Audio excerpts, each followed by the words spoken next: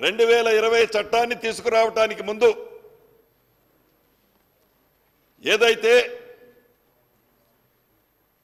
సాదా బైనామాలు ఈ సాదా బైనామాలు ఆ చట్టాన్ని తీసుకురావడానికి ముందు ఒక 4-5 రోజులు అప్లికేషన్లు స్వీకరించడానికి ఒక నోటిఫికేషన్ ఇచ్చారు. దాంట్లో సామాన్య ప్రజలు ఒక 2 లక్షల పైచీలకు అప్లికేషన్లు అప్లై చేసుకోవడం జరిగింది. ఇంతలోకే 2020లో చట్టం వచ్చింది.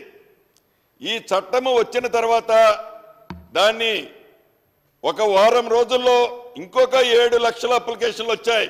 అంటే సాదా బైనామాలు సుమారు 9 లక్షల అప్లికేషన్లు.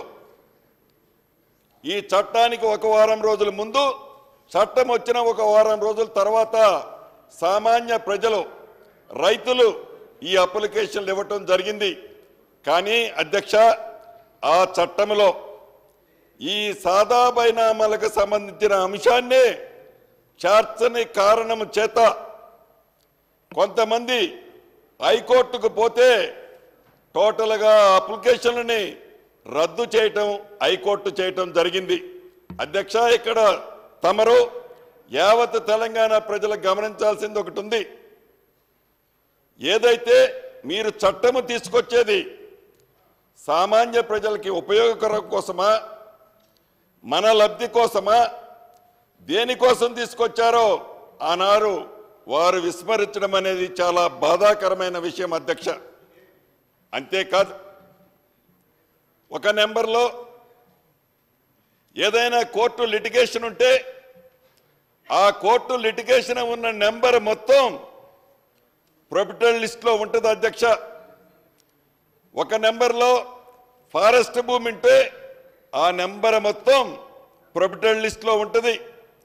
ఒక నెంబర్లో ప్రభుత్వ భూమి ఉంటే ఆ నెంబర్ అంతా ప్రొబిటల్ లిస్ట్లో ఉంటుంది. కానీ న్యాయంగా ఎవరైతే భూమి ఆసామి ఉన్నాడో ఆ భూమి ఆసామికి చట్టబద్ధంగా ఉన్న ఆస్తి ఏదైతే ఉందో, తన పిల్ల పెళ్లి కోసమో, తన కొడుకు చదువు కోసమో, తనకి వైద్యం కోసమో ఒక్క కుంట భూమి అమ్ముకోవాలన్నా ఆ చట్టము పుణ్యమా అంటూ ఒక్క కుంట కూడా, ఒక్క గజము కూడా అమ్ముకోలేని పరిస్థితి ఆ చట్టం వలన దాపురించిందన్నది అధ్యక్ష మీ వల్ల, మీ ద్వారా ఈ సభ్యులకే కాదు ఈ తెలంగాణ రాష్ట్ర ప్రజలకు కూడా తెలియజేస్తున్నాను.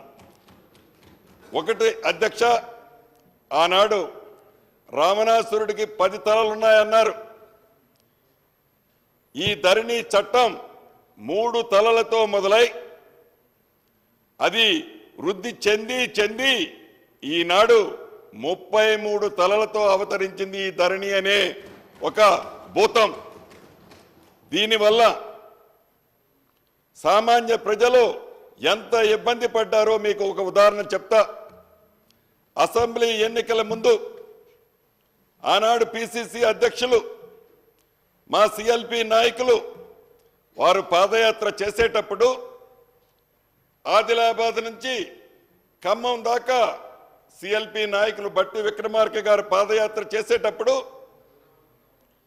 ప్రతి ప్రాంతంలో ఎక్కడికెళ్ళినా ఈ ధరణి సమస్యలు, పేదోడికి ఇచ్చిన భూములు ఏ రకంగా వారు ఆక్రమించారు అనేదే అనేక అప్లికేషన్లు వారి పాదయాత్రలో రావటం జరిగింది.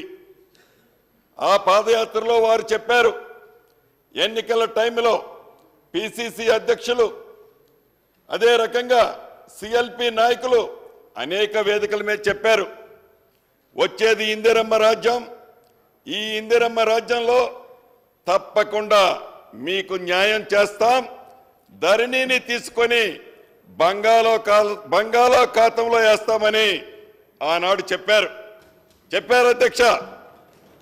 ప్రజలు పూర్తిగా విశ్వసించారు. ఇప్పుడున్న ప్రధాన ప్రతిపక్ష నాయకులు అనేక వేదికల్లో ఇదే సందర్భాన్ని వారట ధరణిని తీసుకొని బంగాళాఖాతంలో వేస్తారట, వారికి ఓటేస్తారా మాకు ఓటేస్తారా అంటే ప్రజలు ఏమి తీర్పిచ్చారో మీరు ప్రత్యక్షంగా తమరు చూశారు అధ్యక్ష.